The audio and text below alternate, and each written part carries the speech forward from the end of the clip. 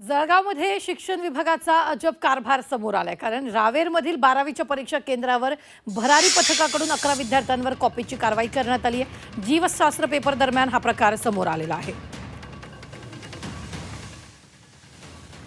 काही मुलींकडे copy cases सापडल्या, तर त्या मी जप्त केल्या। त्यांचा पेपर पण जप्त केला आणि दुसरी उत्तरपत्रिका देण्याच्या सूचना दिल्या आणि सगळे कॉपी आणि त्यांचे रेस हॉल तिकीट वगैरे सगळं घेऊन यांच्याकडे आले केंद्र संचालकांच्या कार्यालयात आणि तिथून एक प्रपत्र 3 असतं, तर ते भरून केंद्र संचालकांना दिलं आणि पुढची कार्यवाही करण्याच्या सूचना दिल्या होत्या पूर्ण। आणि त्याच वेळेस मला बोर्डाच्या सचिवांशी पण मी ह्याच्याशी हे केलं की हा मोठा हे दिसतोय, तर तुम्ही हे करा। त्यात ते म्हणे की करून टाका कॉपी केसेस। मग मी त्यांना ते 11चा रिपोर्ट दिला होता।